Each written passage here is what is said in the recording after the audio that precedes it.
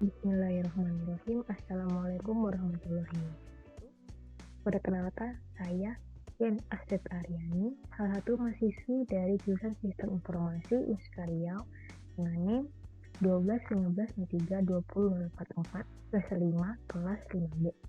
Tujuan dibuatnya video ini adalah untuk memenuhi salah satu tugas mata kuliah IT Service Management dengan dosen pengampu yakni Ibu Megawati S.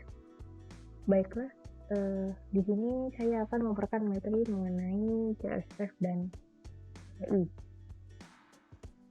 Pertama, pendahuluan. Jadi, CSF dan KPI itu tuh merupakan landasan strategis dalam manajemen yang memberikan arah bagi organisasi untuk menilai kemajuan dan keberhasilan. CSF mencantumkan elemen penting yang harus dipenuhi, sedangkan KPI memberikan langkah-langkah terukur untuk mencapai tujuan. Dari pertama yaitu CSF, yaitu Critical Success Factor, adalah istilah manajemen yang mengacu pada elemen yang dibutuhkan organisasi atau proyek untuk mencapai misinya. CSF juga dapat didefinisikan sebagai hal-hal yang harus berjalan dengan baik agar suatu organisasi atau bisnis dapat berhasil. CSF itu merupakan elemen penting yang harus dikelola organisasi untuk mencapai misi dan tujuannya. Faktor ini bervariasi antara industri dan organisasi, sehingga menyoroti perlunya pendekatan yang disesuaikan. Identifikasi CSF memerlukan pemahaman mendalam tentang tujuan organisasi, dinamika industri, dan lingkungan kompetitif. CSF biasanya diidentifikasi melalui analisis SWOT yang memperhitungkan faktor internal dan eksternal yang dapat mempengaruhi keberhasilan organisasi. Jadi CSF ini secara umum dapat diidentifikasi meliputi yang pertama adalah kepemimpinan yang efektif, yang kedua adalah karyawan yang terampil dan termotivasi, yang ketiga itu produk dan layanan yang berkualitas, yang keempat itu pangsa pasar yang kuat, dan yang kelima keuangan yang sehat. Tujuan dari CSF ini termasuk dapat digunakan untuk yang pertama mengembangkan strategi organisasi, yang kedua yaitu mengembangkan cara kerja, dan yang ketiga mengevaluasi kinerja organisasi. Berikutnya adalah tahapan dalam CSF. Yang pertama itu adalah identifikasi misi dan tujuan strategis organisasi atau perusahaan terkait. Yang kedua itu, setiap tujuan strategis harus dapat menjawab pertanyaan wilayah bisnis apa yang penting bagi organisasi untuk mencapai tujuan. Yang ketiga itu evaluasi setiap kandidat CSF. Yang keempat itu identifikasi bagaimana CSF diawasi dan diukur. Yang kelima, komunikasikan CSF kepada setiap elemen penting perusahaan. Yang keenam, lakukan pengawasan dan evaluasi ulang CSF. Jadi dalam CSF ini ada 4 faktor, yakni pertama itu Industry Critical Success Factor yang dihasilkan dari karakteristik industri tertentu. Berikutnya ada Strategi Critical Success Factor yang dihasilkan dari strategi kompetitif yang dipilih usaha. Yang ketiga itu Environmental Critical Success Factor yang dihasilkan dari perubahan ekonomi atau teknologi. Berikutnya adalah Temporal Critical Success Factor yang dihasilkan dari kebutuhan organisasi. Nah, jadi dalam CSF ini ada objek dalam analisisnya. Yang pertama yaitu pernyataan umum tentang arah pergerakan perusahaan. Lalu berikutnya goals dalam analisis CSF. Yang pertama yakni target spesifik yang akan diraih dalam waktu tertentu. Lalu juga berikutnya merupakan operasional dari satu atau lebih objektif. Ini dapat disimpulkan bahwa analisis CSF ini melihat langkah-langkah yang perlu dilakukan untuk mencapai tujuan, sehingga faktor kegagalan dan keberhasilan dalam mencapai tujuan tersebut mudah diurai. Manfaat analisis CSF. Yang pertama, analisis CSF adalah teknik paling efektif untuk melibatkan manajemen senior dalam pengembangan strategi sistem informasi. Karena CSF secara keseluruhan berakar pada bisnis dan memaksa manajemen puncak untuk menggunakan sistem informasi yang selaras dengan pencapaian tujuan perusahaan di seluruh area bisnis penting. Berikutnya, analisis CSF menghubungkan proyek sistem informasi yang dilaksanakan dengan tujuannya, sehingga sistem informasi selanjutnya dapat diimplementasikan sesuai dengan strategi bisnis perusahaan. Berikutnya, dalam wawancara eksekutif, Analisis CSF dapat menjadi alat yang baik untuk mengidentifikasi informasi apa yang dibutuhkan setiap orang. Analisis CSF memainkan peran penting dalam memprioritaskan potensi investasi modal dengan membangun hubungan antara kebutuhan dan informasi. Lalu berikutnya, analisis CSF sangat berguna dalam perancangan sistem informasi ketika strategi bisnis tidak berjalan sesuai dengan tujuan perusahaan dengan fokus pada isu-isu tertentu yang paling kritis. Beberapa contoh CSF dalam dunia bisnis. Contoh pertama yaitu pada perusahaan retail. Ini mungkin termasuk meningkatkan kepuasan pelanggan, mengurangi biaya, dan meningkatkan pangsa pasar. Nah, contoh pada perusahaan teknologi, CSF ini mungkin termasuk mengembangkan produk baru yang inovatif, meningkatkan layanan pelanggan, dan memperluas pasar global. Nah, untuk contoh pada organisasi nirlaba, CSF mungkin termasuk meningkatkan kesadaran akan masalah yang mereka atasi, juga meningkatkan jumlah donor, dan mengurangi dampak lingkungan. Baiklah, materi berikutnya yakni KPI. Yakni Key Performance Indicator merupakan alat pengukuran yang menggambarkan efektivitas perusahaan dalam mencapai tujuan bisnis. KPI adalah nilai terukur yang menunjukkan seberapa efektif suatu organisasi mencapai tujuan bisnis utama. Secara khusus, KPI membantu menentukan pencapaian strategis, finansial, dan operasional perusahaan. KPI dapat didefinisikan sebagai hal-hal yang perlu diukur lihat apakah suatu organisasi mencapai tujuannya.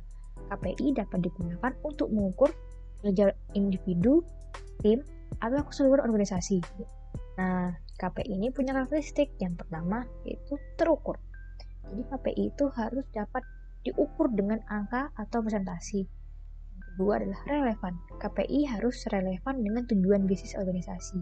Yang ketiga adalah realistis. Jadi KPI harus realistis untuk dicapai. Yang keempat, berorientasi waktu. Jadi KPI ini harus memiliki target waktu yang dipunya dalam perusahaan tersebut untuk mencapai satu target. KPI dapat digunakan untuk berbagai tujuan termasuk yakni mengukur kemajuan terhadap tujuan. Jadi KPI ini dapat digunakan untuk mengukur apakah organisasi mencapai tujuannya, lalu juga menentukan prioritas. Jadi KPI dapat digunakan untuk menentukan prioritas organisasi. Berikutnya ada mengidentifikasi area perbaikan. Jadi KPI dapat digunakan untuk mengidentifikasi area perbaikan dalam organisasi. Yang keempat yakni mengevaluasi kinerja. KPI dapat digunakan untuk mengevaluasi kinerja individu, tim, atau organisasi secara keseluruhan. Nah, jadi dalam KPI ini terdapat dua jenis. Yang pertama itu KPI finansial dan yang kedua itu KPI non finansial. Nah, KPI non finansial itu mengukur kinerja keuangan organisasi. Jadi indikator kinerja utama terkait dengan segala hal yang berkaitan dengan aktivitas keuangan suatu perusahaan atau organisasi. Nah, tujuan dari KPI ini juga untuk memprediksi apakah bisnis Anda akan mampu bertahan dengan baik jika tagihan keuangan tiba-tiba turun. Contoh KPI finansial ini meliputi laba bersih, pendapatan, margin keuntungan, dan arus kas. Nah, jadi KPI non finansial ini mengukur kinerja non keuangan organisasi. Jadi KPI di sini tuh merupakan yang proses penerapannya tidak mempengaruhi transaksi keuangan perusahaan secara langsung. Contohnya tuh meliputi kepuasan pelanggan, produktivitas, kualitas, dan inovasi. Nah, kita bisa melihat contoh dari KPI finansial. Yang pertama, gross profit KPI. KPI laba kotor berfungsi untuk mengukur jumlah dana yang tersisa dari revenue yang sudah dikurangi oleh harga pokok penjualan. Yang kedua, net profit KPI. KPI laba bersih berfungsi untuk mengukur jumlah dana yang tersisa dari revenue yang sudah dikurangi oleh harga pokok penjualan HPP, serta biaya-biaya operasional lain seperti pajak dan bunga. Yang ketiga, gross profit margin KPI.